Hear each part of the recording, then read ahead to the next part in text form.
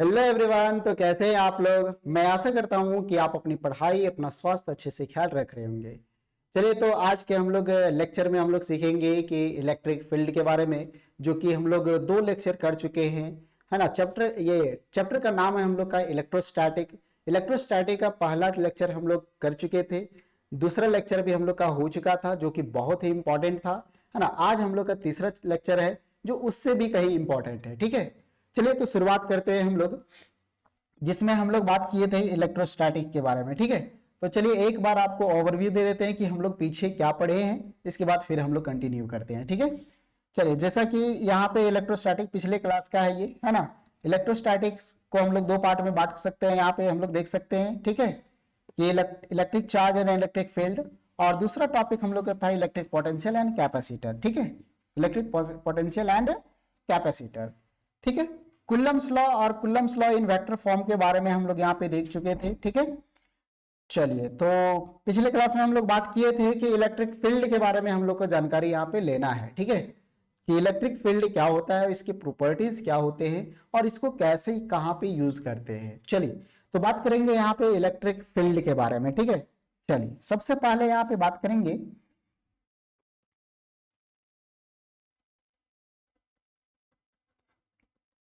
Electric field.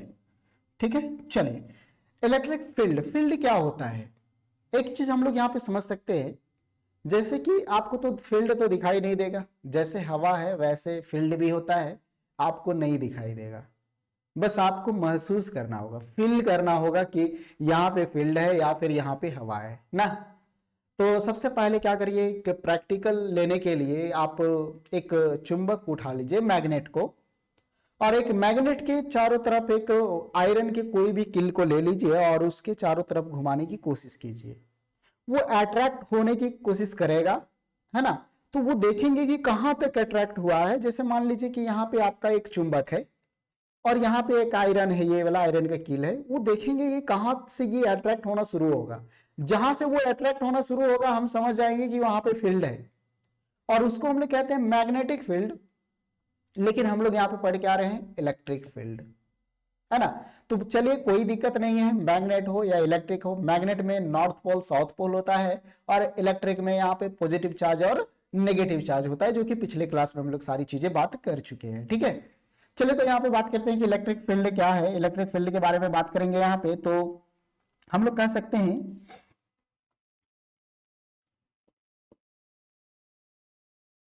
चलिए यहाँ पे हम लिख देते हैं, है ना। डिफिनेशन यदि यहाँ पे पूछा जाए आपसे कि इलेक्ट्रिक फील्ड का डिफिनेशन क्या होता है, तो ये आप यहाँ पे लिख सकते हैं उसे। चलिए, इलेक्ट्रिक फील्ड क्या है कि an electric field, an electric field, an electric field is said to be, is said to B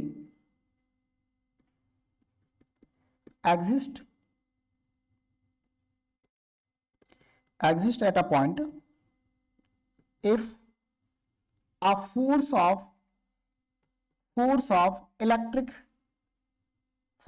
electrical origin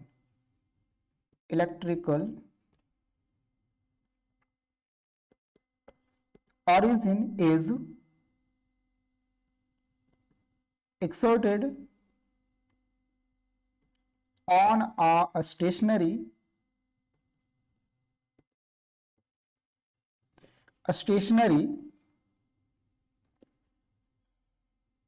charges. A stationary charge is body placed at that point,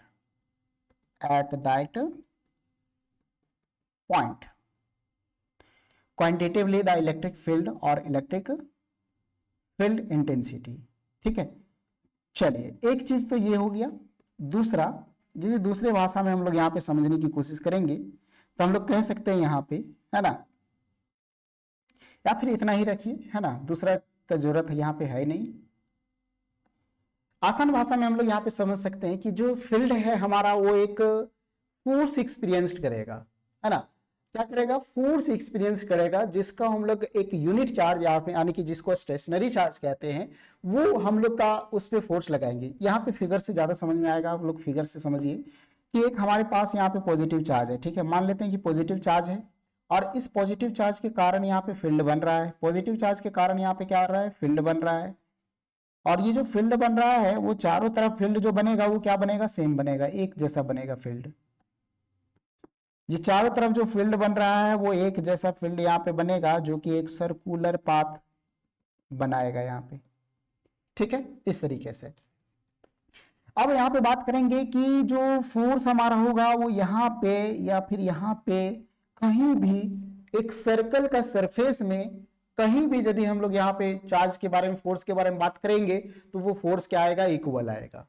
तो हम यहाँ पे मान लेते हैं कि हमारे पास यहाँ पे क्या है, एक पॉइंट चार्ज है, एक पॉइंट चार्ज है क्यू नॉट या फिर स्टेशनरी चार्ज है। और इस चार्ज को हम लोग यहाँ पे बोल देते हैं कि इसका जो मैग्नीट्यूड होगा वो मैग्नीट्यूड क्या होगा, 1 कूलम होगा। क्या होगा, 1 कूलम, यानी कि जो पॉइंट चार्ज हम लोग माने हैं उसका मैग्नीट्यूड, ये पॉइंट चार्ज बोले या फिर यूनिट चार्ज बोले, स्टेशनरी चार्ज बोले, उसका जो मैग्नीट्यूड होगा वो 1 कूलम होगा, ठीक है। अब चलिए यहाँ पे पॉजिटिव चार्ज है, एक Q है और एक Q नॉट है, और इसके बीच का डिस्टेंस हम लोग R ले लेते हैं। तो हम लोग यहाँ से कह सकते हैं कुलम्स लॉ से कि कुलम्स लॉ या फिर इलेक्ट्रोस्टैटिक फोर्स, जो कि पिछले लेक्चर में हम लोग कर चुके हैं, तो क्या हो जाएगा यहाँ पे, कुलम्स लॉ क्या कहता है ना, by Coulomb's law, by Coulomb's law या फिर इलेक्ट्रोस्टैटिक फोर्स। इससे हम क्या जानते हैं यहाँ पे,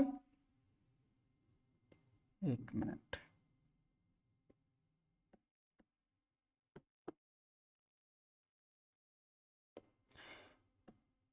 कुलम्स लॉ या फिर इलेक्ट्रोस्टैटिक फोर्स से हम लोग क्या जानते हैं कि यदि दो चार्जेस हमारे पास है, एक पॉइंट चार्ज है और एक पॉजिटिव चार्ज है, और दोनों के बीच का डिस्टेंस हमारा r है, तो हम लोग यहाँ पे फोर्स लिख सकते हैं। फोर्स क्या लिख सकते हैं कि force is 1/4 pi epsilon not Q1 Q2 divided by r square. ये चीज हम लोग कुलम्स लॉ से जानते हैं, ठीक है।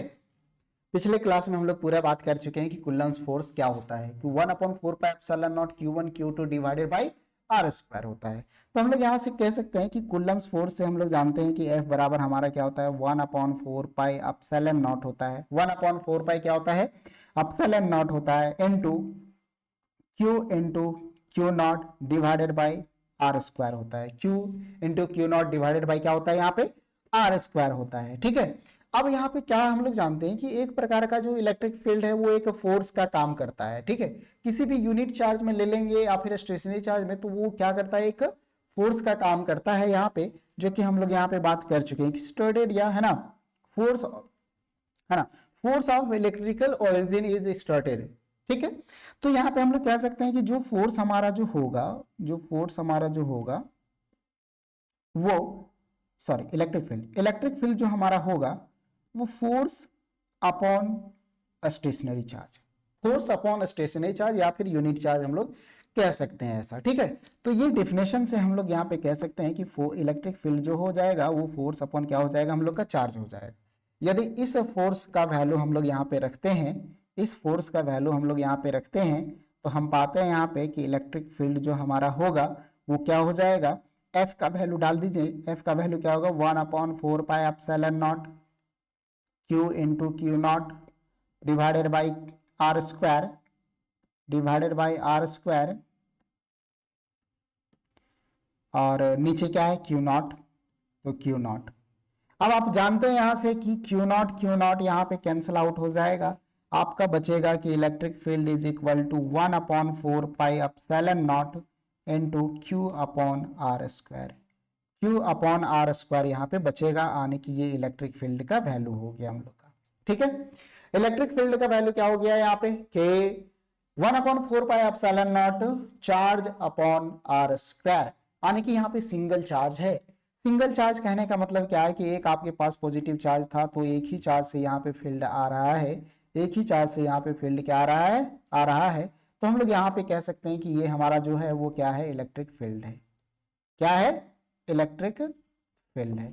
तो इसी चीज को हम लोग यहाँ पे किए हैं कि इलेक्ट्रिक फील्ड बराबर क्या होता है 1/4πε0 चार्ज अपॉन आर स्क्वायर।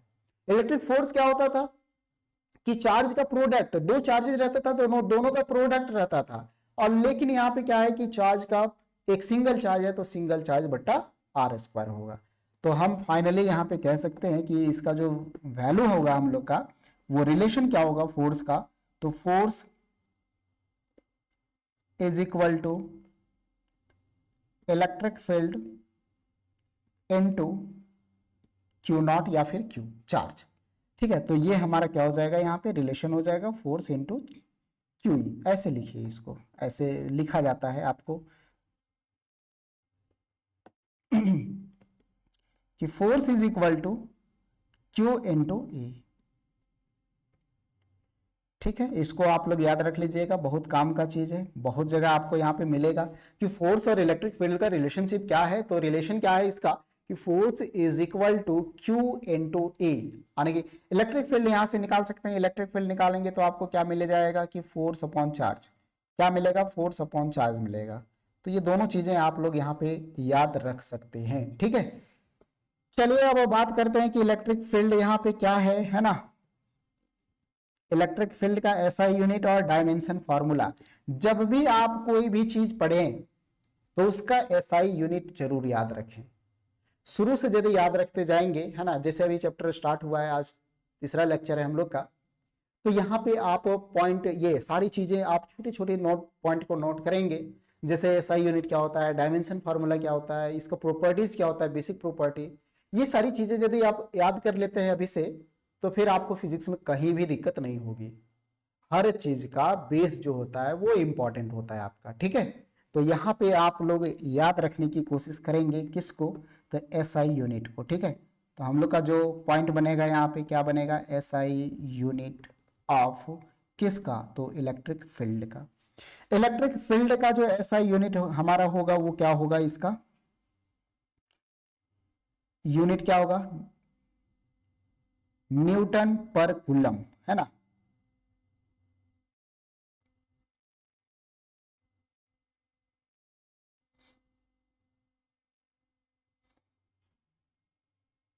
देखिए यहाँ पे इसका न्यूटन है, फोर्स का क्या है, न्यूटन है, चार्ज का क्या है, कूलम है, तो न्यूटन पर कूलम, इसका नाम क्या हो जाएगा, न्यूटन पर कूलम। ठीक है, फॉर्मूला से ही आता है। एसआई यूनिट कहां से आता है, फॉर्मूला से आता है आपका। नेक्स्ट डायमेंशन फॉर्मूला,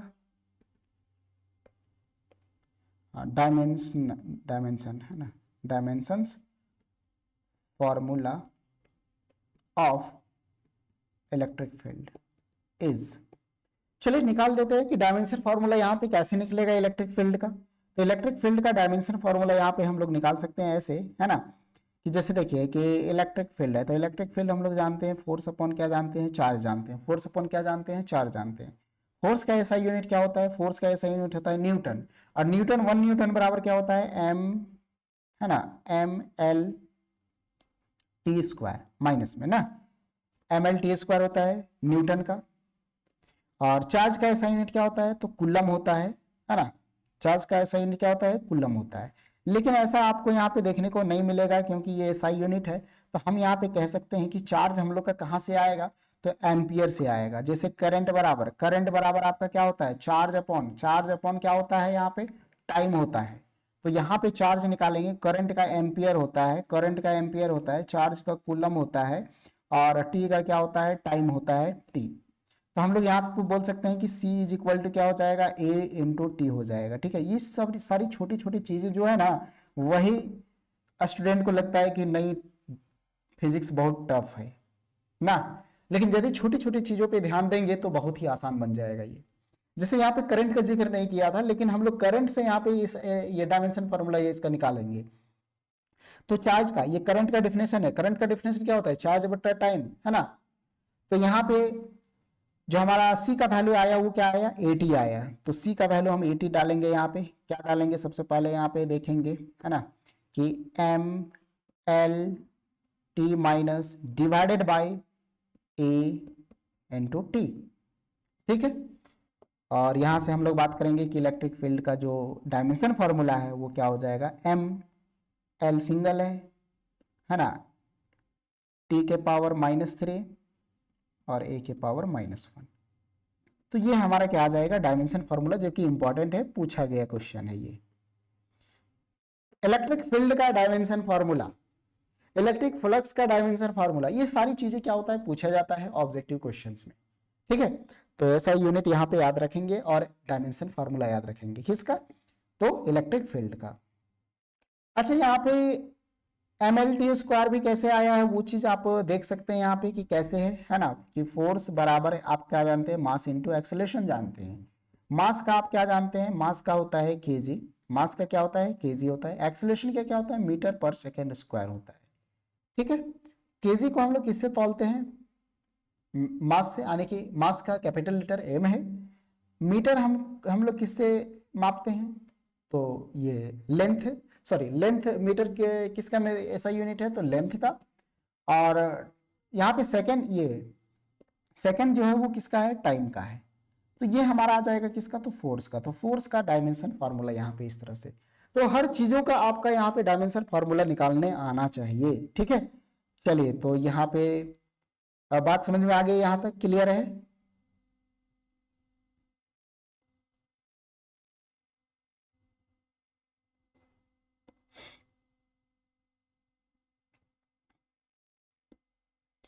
चलिए एक सवाल करते हैं ना।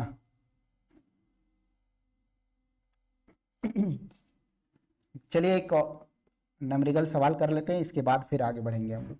ठीक है, जैसे सवाल यहाँ पे हम लोग लिखते हैं, सवाल क्या है कि calculate the electric field, calculate the electric field, calculate the electric field strength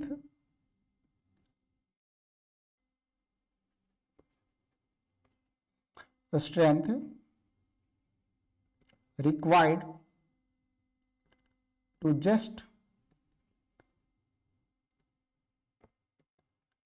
to just support a water drop of mass 10 to the power -3 kg and having a charge। चलिए, अब चार्ज का वैल्यू तो आप लोग जानते हैं कि charge का वैल्यू क्या होता है, हैविंग चार्ज। बताइए चार्ज का वैल्यू क्या होता है, 1.6 इंटू 10 टू पावर -19 कूलम, जो कि पहले लेक्चर में हम लोग अच्छे से इसको कर चुके हैं।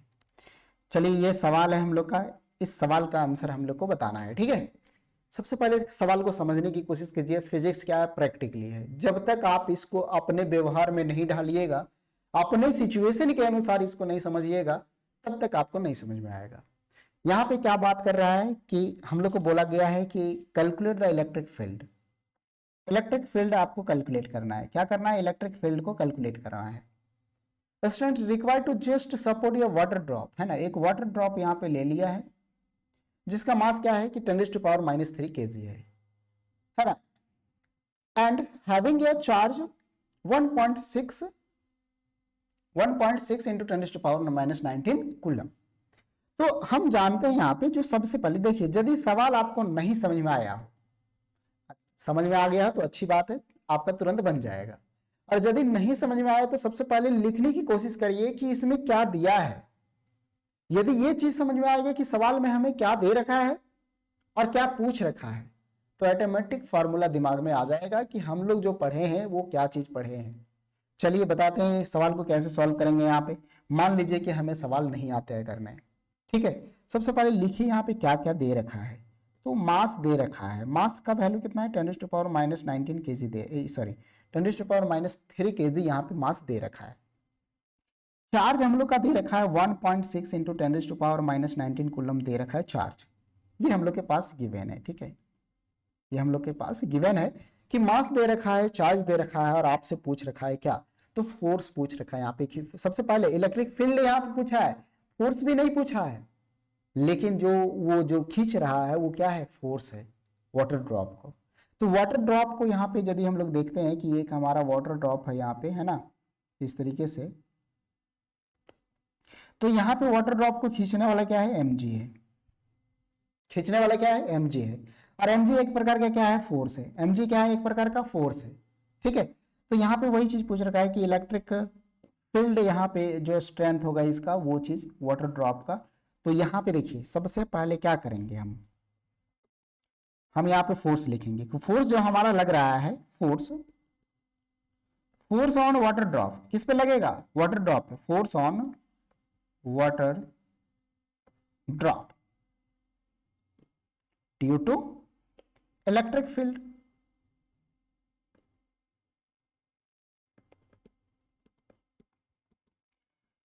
इलेक्ट्रिक फील्ड के द्वारा जो फोर्स लग रहा है किस पे, तो वाटर ड्रॉप पे, है ना, वो हमारा क्या होगा, वो बराबर होगा weight of the water drop. Weight of the water drop. बस आसान भाषा में इसको समझे हम लोग, तो यहां पे हम लोग कह सकते हैं कि जो फोर्स हमारा है, फोर्स जो हमारा है वो किसके बराबर है, तो mg के बराबर है। और फोर्स हम जानते हैं क्या, इलेक्ट्रिक फोर्स क्या जानते हैं यहाँ पे कि Q into electric field, Q into electric field, क्योंकि हमें इलेक्ट्रिक फील्ड पूछा गया है। तो फोर्स हमें लग रहा है फोर्स, लेकिन पूछ रहा है इलेक्ट्रिक फील्ड। ठीक है, तो इलेक्ट्रिक फील्ड फोर्स बराबर हम लोग जानते हैं, फोर्स बराबर क्या होता है कि Q इंटू इलेक्ट्रिक फील्ड होता है, चार्ज इंटू इलेक्ट्रिक फील्ड होता है। और यहाँ पे क्या दे रखा है आपको, तो mg दे रखा है। क्या दे रखा है आपको, mg दे रखा है।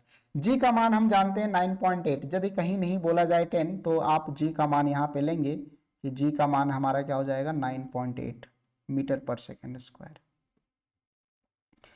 यदि g का मान कहीं नहीं बोला गया है तो आपको 9.8 लेना पड़ेगा, और यदि बोल देगा कि टेकन 10 तो आप 10 ले सकते हैं। ठीक है, चलिए, तो यहाँ पे आपको फॉर्मूला पता चल गया, सब चीज पता चल गया। इलेक्ट्रिक फील्ड आपको निकालना है, चार्ज का वैल्यू दे रखा है, मास का वैल्यू दे रखा है, और ग्रेविटी का भी वैल्यू दे रखा है। तो यहाँ पे हम लोग कह सकते हैं कि इलेक्ट्रिक फील्ड जो होगा हमारा, मास हमारा कितना, 10⁻³ kg। आप देखिए एक चीज यहाँ पे आप चोरी कर सकते हैं, क्या आपको SI यूनिट नहीं पता है तो कोई दिक्कत नहीं है ना। यहाँ पे SI यूनिट डालिएगा तो कैलकुलेशन में आपको दिक्कत होगा, इसलिए आप क्या काम करिए, लास्ट में SI यूनिट बैठा दीजिए। ठीक है, तो हम यहाँ पे केजी उजी नहीं देते हैं, कुछ नहीं, लास्ट में हम इलेक्ट्रिक फील्ड का जानते हैं कि क्या होता है, उसका SI यूनिट हम लोग लास्ट में बैठा सकते हैं। तो यहाँ पे क्या हो जाएगा, 10⁻³ हो जाएगा, और यहाँ पे क्या हो जाएगा, 9.8 हो जाएगा, है ना। SI यूनिट हम नहीं बैठा रहे हैं, बस कैलकुलेट करके हम लास्ट में बैठाएंगे। ठीक है, और डिवाइडेड बाय क्या हो जाएगा, यहाँ पे डिवाइडेड बाय हो जाएगा चार्ज। तो चार्ज का वैल्यू क्या है, 1.6 इंटू 10⁻⁻19 कूलम। अच्छा कूलम, चलिए चार्ज नहीं बैठाएंगे तो चलेगा, कहीं कहीं बैठा देंगे तो कोई दिक्कत नहीं है, लेकिन हम फाइनल वही लिखेंगे जो हमारा आंसर आएगा। क्लियर है यहाँ पे, तो सब चीज जानते हैं। यहाँ पे पॉइंट से ही इस पॉइंट को हटा सकते हैं यहाँ पे, है ना, तो 16 से इसको काट सकते हैं। ठीक है, और ये तो हमारा 10 हो जाएगा, तो electric field is equal to, यहाँ 16 से डिवाइड करिए इसको तो कितना बार में जाएगा, 6 बार में जाएगा या नहीं, 16 6 96 हो जाएगा। कितना बचा, 2 बचा, है ना, 2 बचा, तो यहाँ पे 0 आने के 20 हो गया, तो 16 से 20 कितना बार में जाएगा, 1 बार में जाएगा। फिर आपका 40, तो 16 दूना 32, है ना, फिर 8, 16 25 80 इंटू 10⁻, यहाँ पे पॉइंट हम लोग डाल सकते हैं, है ना, 1 डिजिट के बाद, 1 डिजिट के बाद यहाँ पे पॉइंट हम लोग डाल सकते हैं। 6.125 इंटू 10⁻, क्या हो जाएगा, यहाँ पे 19 में 3 चला गया, जब सेम है माइनस माइनस में तो घट जाएगा, ऊपर नीचे से ऊपर जा रहा है तो प्लस हो रहा है, तो कितना हो जाएगा 16। अब इसका वैल्यू बिठा दीजिए। ऐसा यूनिट क्या होता है इलेक्ट्रिक फील्ड का, तो न्यूटन पर कूलम, न्यूटन पर कूलम होता है, ये चीज बैठा दी। अच्छा यहां भी लिख सकते थे हम लोग ना, 6.125 इंटू 10⁻16 न्यूटन पर कूलम। तो इलेक्ट्रिक फील्ड यहाँ पे निकल गया। कुछ था सवाल में, देख बताइए, केवल वैल्यू डालना था और कैलकुलेट करना था। ठीक है, चलिए, calculate the electric field, strength required just support या water drop of mass this, है ना। हैविंग चार्ज भी दे रखा है, ग्रेविटी का वैल्यू भी हम लोग जानते हैं।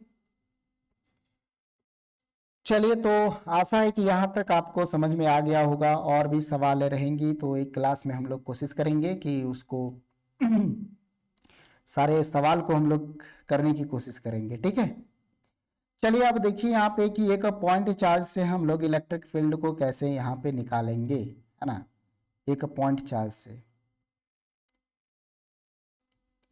ये एग्जाम में आता भी है। हाँ, तो इस टॉपिक को हम लोग पहले लिख लेते हैं कि क्या हम लोग का है कि electric field due to a point charge, ठीक है। इलेक्ट्रिक फील्ड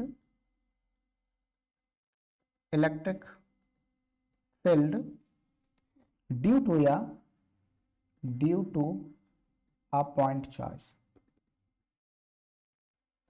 वही चीज, जो चीज समझाएं वही चीज है, लेकिन यहाँ पे आपको क्वेश्चन के व्यू से यहाँ पे आप देखेंगे कि electric field due to a point charge, एक पॉइंट चार्ज से इलेक्ट्रिक फील्ड हम लोग कैसे निकालते हैं, ये चीज हम लोग बात करेंगे, ठीक है। चलिए, तो सबसे पहले हम लोग यहाँ पे फिगर बना लेते हैं। फिगर में क्या रहेगा, हम लोग के पास एक चार्ज है ना, जिसका Q इसका नाम दे दिए, एक सोर्स चार्ज है और इसका एक डायरेक्शन है इलेक्ट्रिक फील्ड का, ठीक है। इलेक्ट्रिक फील्ड का यहाँ पे डायरेक्शन है। यहाँ पे ओरिजिन हम लोग दे देते हैं O। यहाँ पे ये तो बढ़ते रहेगा। यहाँ पे एक पॉइंट ले लेते हैं P पॉइंट ले लेते हैं। हम लोग का एक O पॉइंट है जो कि ओरिजिन है, P पॉइंट है कहीं भी कोई भी पॉइंट पे जा करके। इसका चार्ज हम लोग ले लेते हैं Q0। इसका चार्ज क्या ले लेते हैं, Q0। इसको कहते हैं source of charge, source charge कहते हैं। और इसको कहेंगे हम लोग test charge, test charge, test charge या फिर पॉइंट चार्ज, टेस्ट चार्ज या फिर पॉइंट चार्ज, कोई भी नाम रख सकता है। Stationary charge, test charge, point charge, ठीक है। चलिए, और यहाँ पे फोर्स, अच्छा फोर्स लगाएंगे हम लोग। चलिए, इधर हम लोग का फोर्स लग रहा है, ठीक है। किसी एक पॉइंट पे हम लोग चेक कर रहे हैं। इसका छोटा सा फिगर हम बना सकते हैं यहाँ पे कि एक हमारे पास चार्ज है और इस तरीके से ये फोर्स हम लोग का लग रहा है, ठीक है। ये इसका रफ स्केच है। यहाँ पे फोर्स, यहाँ पे P पॉइंट है और ये फोर्स लग रहा है F, ठीक है। चलिए, तो बात करते हैं हम लोग यहाँ पे। सबसे पहले क्या करेंगे, मानना पड़ेगा जो जो हम लोग यहाँ पे लिखे हैं वो मानना पड़ेगा, ठीक है। Consider a point charge, consider a point charge,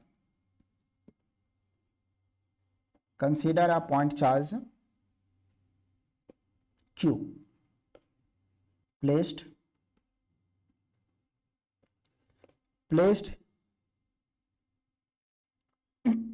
at the origin, placed at the origin।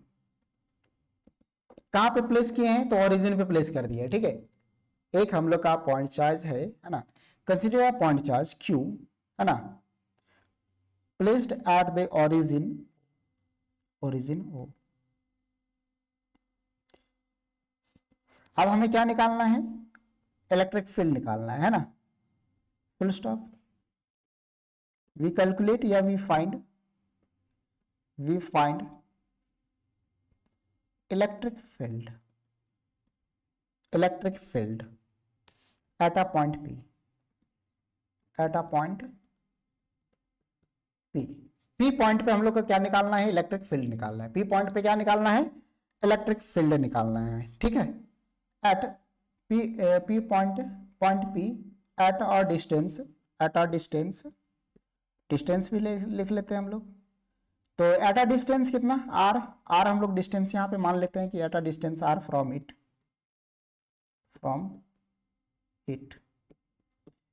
चलिए, क्लियर है। यहाँ पे जो जो चीजें थी वो हम लोग मान लिए यहाँ पे, है ना। अब हम लोग यहाँ पे मानते हैं कि जो हमारा किसके अकॉर्डिंग चलेंगे, तो according to Coulomb's law, according to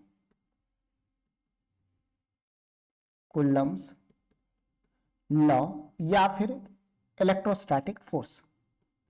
Coulomb's law या फिर इलेक्ट्रोस्टैटिक फोर्स के अकॉर्डिंग हम लोग चलेंगे तो हम लोग क्या जानते हैं यहाँ पे कि F बराबर क्या जानते हैं, एफ बराबर जानते हैं 1/4 pi epsilon naught, 1/4 pi epsilon naught Q naught divided by R square, और यूनिट वेक्टर हम लोग आर वेक्टर आर कैप है ना, यूनिट वेक्टर हम लोग देंगे। यूनिट वेक्टर क्यों दे रहे हैं? क्योंकि ये डायरेक्शन है।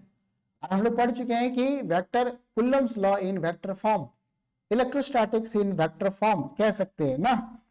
अब यहाँ पे क्या है कि आर हमारा क्या है? यूनिट वेक्टर है ना। वेयर यहाँ पे हम लोग बात कर सकते हैं कि वेयर आर कैप जो हमारा है वो क्या है? यूनिट वेक्टर है, यूनिट वेक्टर है। ठीक है, जो डायरेक्शन है क्यू से Q2 है ना, है ना, डायरेक्शन यहाँ पे है,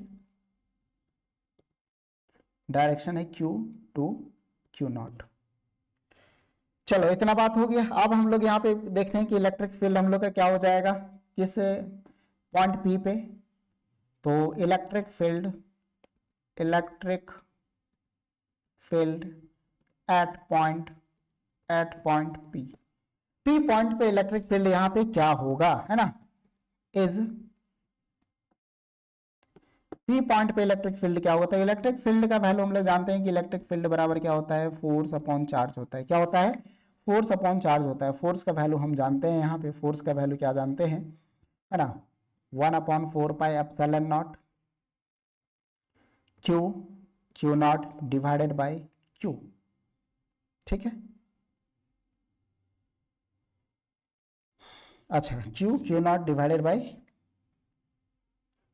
क्यू नॉट और आर स्क्वायर ना, हाँ आर स्क्वायर। अब यहाँ पे हम लोग पिछले ये टॉपिक में कर ही चुके हैं कि इलेक्ट्रिक फील्ड जो हमारा होगा 1/4 पाई एप्सिलॉन नॉट और Q अपॉन आर स्क्वायर होगा, Q अपॉन आर स्क्वायर होगा, है ना। और डायरेक्शन हम लोग आर डायरेक्शन यहाँ पे दे सकते हैं, आर डायरेक्शन अभी तक खत्म नहीं हुआ है। चलिए, ये इलेक्ट्रिक फील्ड हम लोग का यहाँ पे निकल गया। लेकिन यदि हम लोग मैग्नीट्यूड इसका लिखेंगे, ये तो हम लोग का इलेक्ट्रिक फील्ड हो गया। अब magnitude of electric field, magnitude of electric field हम लोग क्या हो जाएगा? Electric field is equal to 1/4 pi epsilon naught Q upon are square, जो कि हम लोग पहले कर चुके हैं। तो ये चीजें आती है ना, ये इसको आप लोग अच्छे से कर लीजिएगा। जब भी आपसे पूछा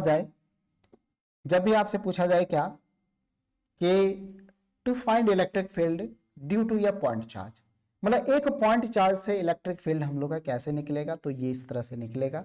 आप इसको अच्छे से याद रख सकते हैं, है ना। 2 मार्क्स में या 3 मार्क्स में आपका पूछा जा सकता है। क्लियर है यहाँ तक? चलिए, अब जैसे इलेक्ट्रिक फील्ड को यदि हम लोग को ऐड करना होगा कि इलेक्ट्रिक सिस्टम ऑफ चार्जेस क्या होगा, तो हम लोग कह सकते हैं कि यदि हम लोग बहुत सारा इलेक्ट्रिक फील्ड निकालना हो तो इलेक्ट्रिक फील्ड को प्लस करते जाएंगे। जैसे चार्ज को हम लोग प्लस करते गए थे, वैसे यहाँ पे हम लोग इलेक्ट्रिक फील्ड को भी प्लस करते जाएंगे। ठीक है, इलेक्ट्रिक फील्ड कहाँ तक? तो एन तक हम लोग क्या करेंगे? इसको प्लस कर देंगे। इसको कहते हैं system of electric field, system of electric field. System of electric field क्या होता है? सिस्टम ऑफ चार्ज जैसे था एडिटिव चार्ज, वैसे क्या है यहाँ पे इलेक्ट्रिक फील्ड है, तो इलेक्ट्रिक फील्ड को सबको ऐड करते जाएंगे।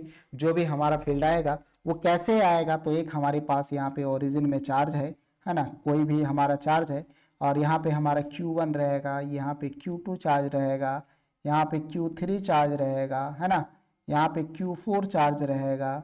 इस तरीके से चार्ज, बहुत सारे चार्ज आएगा। तो इसको हम लोग कह सकते हैं कि इसका R1 अलग है, इसका R अलग है, इसका R अलग है, इसका R अलग है, सबका R डिस्टेंस यहाँ पे अलग अलग है, R1 R2 R3 R4, और ये हमारा Q1 Q2 Q3 Q4। तो इसको कहते हैं सिस्टम ऑफ चार्ज। सभी चार्जेस के वैल्यू को क्या करेंगे? ऐड कर देंगे, हमारा एक रिजल्टेंट चार्ज इलेक्ट्रिक फील्ड आ जाएगा। ठीक है, चलिए, तो यहाँ तक क्लियर है। अब हम लोग यहाँ पे आगे बढ़ने की कोशिश करेंगे और इलेक्ट्रिक डाइपोल के बारे में जानेंगे कि यदि चार्ज हमारा दोनों सेम हो, है ना, तो डाइपोल क्या हो जाएगा। या फिर हम लोग यहाँ पे चार्ज का डिस्ट्रीब्यूशन पहले करेंगे, है ना, चार्ज का डिस्ट्रीब्यूशन करेंगे, कौन कौन से चार्ज है ना, कंटिन्यूअस चार्ज डिस्ट्रीब्यूशन, ठीक है। तो एक होता है लीनियर चार्ज, सरफेस चार्ज और वॉल्यूम चार्ज डेंसिटी, ठीक है, डिस्ट्रीब्यूशन। तो उसको हम लोग डिस्कस कर लेते हैं एक बार, है ना, कि लगातार हम लोग क्या करेंगे, चार्ज को डिस्ट्रीब्यूट करते रहेंगे। क्या करेंगे, चार्ज को डिस्ट्रीब्यूट करते रहेंगे। इसका नाम हो जाएगा हम लोग का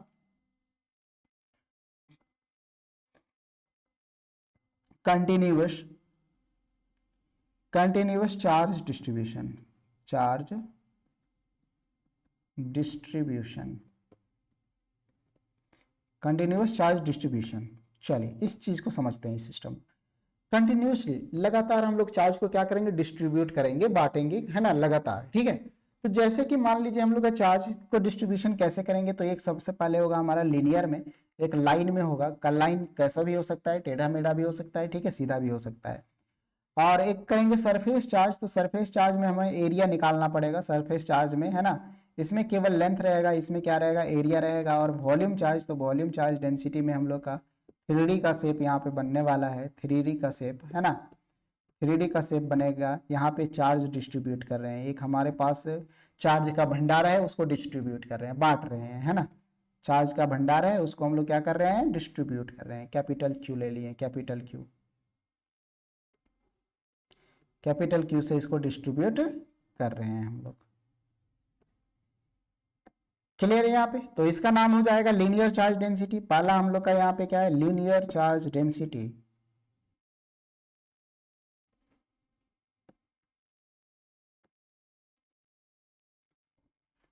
linear charge distribution, sorry distribution पहला हो गया आपका। दूसरा हो गया surface charge density, sorry density density बार बार याद आ रहा है ना, सरफेस चार्ज डिस्ट्रीब्यूशन, डिस्ट्रीब्यूशन। और तीसरा है, थर्ड हम लोग का है volume, volume charge distribution, volume charge distribution. Clear है यहां तक। तो तीन चीजें यहां पे हम लोग करेंगे क्या, कि कंटिन्यूअस चार्ज डिस्ट्रीब्यूशन, चार्ज को डिस्ट्रीब्यूट करेंगे, एक लीनियर में, एक सरफेस चार्ज में और एक वॉल्यूम चार्ज में, ठीक है। तो surface charge distribution, sorry linear charge distribution, surface charge distribution और वॉल्यूम चार्ज डिस्ट्रीब्यूशन, ठीक है। चलिए क्लियर हो गया। तो अगले क्लास में हम लोग बात करेंगे ये सारी चीजें के बारे में, चार्ज के बारे में। इसके बाद जाएंगे हम लोग इलेक्ट्रिक डाइपोल, इलेक्ट्रिक डाइपोल से इलेक्ट्रिक फ्लक्स, और इलेक्ट्रिक फ्लक्स से हम लोग जाएंगे गॉस थ्योरम में, जो कि गॉस थ्योरम क्या है, बहुत ही इंपॉर्टेंट है। तो अगला लेक्चर जो रहने वाला है वो बहुत ही इंपॉर्टेंट है, और गॉस लॉ का एप्लीकेशन हमेशा आता है, चाहे आपका कोई भी एग्जाम हो, ठीक है, चाहे आपका नीट हो, IIT JEE हो, वहां से एक क्वेश्चन आपका बनता ही है। इलेक्ट्रोस्टैटिक यदि आप पढ़ रहे हैं तो गॉस थ्योरम से और कुलम्स लॉ से आपका सवाल वहां पे बनेगा ही बनेगा, ठीक है। चलो तो मिलते हैं अगले क्लास में। और यदि आपको नोट्स और ये सारी PDF चाहिए, है ना, तो आप यहाँ पे ज्वाइन कर सकते हैं टेलीग्राम, है ना, टेलीग्राम ज्वाइन कर सकते हैं साइंस वाला भैया, है ना। और YouTube चैनल यदि सब्सक्राइब नहीं किए हैं तो सब्सक्राइब कर दीजिएगा और शेयर भी कर दीजिएगा इसको, ठीक है। चलिए मिलते हैं अगले क्लास में हम लोग एक अच्छे टॉपिक के साथ, है ना, मिस ना करिएगा, बहुत ही इंपॉर्टेंट टॉपिक रहने वाला है अगले क्लास में। चलिए मिलते हैं अगले क्लास में।